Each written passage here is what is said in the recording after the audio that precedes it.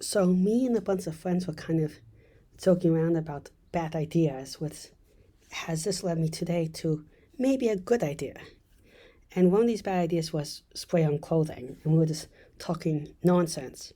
As you can see, some people have worked on spray on clothing. There's a lot of problems with this. Is that first of all, it was deemed very uncomfortable. It felt weird. It took a while to put on. Then you have to also take it off or throw it in the trash and put on a new one every time.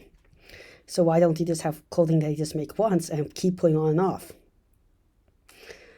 Maybe for needs fasten sews, but fasten sews generally do not develop the best technology or thought, especially when you put tech in it. You don't really think about the practicality. However, maybe one place that spray on clothing could do well is in disaster relief and in fires. And here is why I think it might be able to do it. One is you could have clothing that actually cools down the body temperature. And we've worked on a bunch of materials that can absorb heat from fires.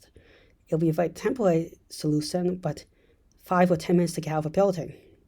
How this works is through something called phase changes. And phase change is anytime a material, but we also have done it in math and sociology, anything changes suddenly with an increase or decrease of something. And for a while it's a steady, then there's a sudden change, like from solid to liquid or liquid to gas.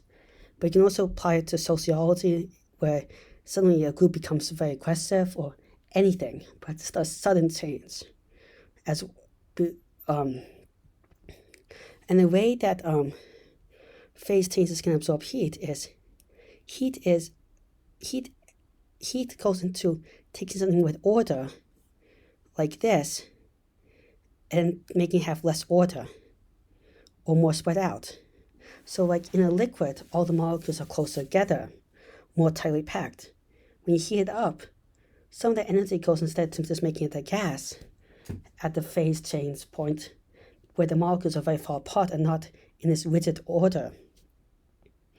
You can kind of think about it as if you have a building. A building has a very rigid structure. If you keep hitting the building with more and more energy, impacts, or shaking it, for a while the building's going to shake more and more and more. But then it's just going to collapse. All the energy is just going to make the building collapse. And the whole thing is not shaking as much while it's collapsing. Then it's going to reach a state where it's just on the ground, collapsed. And eventually, you keep shaking more and more, the collapsed stuff is going to start shaking. But for a while, that collapse itself absorbs a lot of the energy of it. The same kind of idea with phase changes. We have made a bunch of phase changing fabrics that can do all sorts of phase changes, a bunch of plastics, a bunch of building materials. So it's not that crazy to think that one of them you could do it with. You would have to, and some of these ones are made in nanoparticles, and these are like all a list of different nanoparticle designs. And nanoparticles can have with polymers and stuff. You can make them sticky, and you have an outside layer that does different things.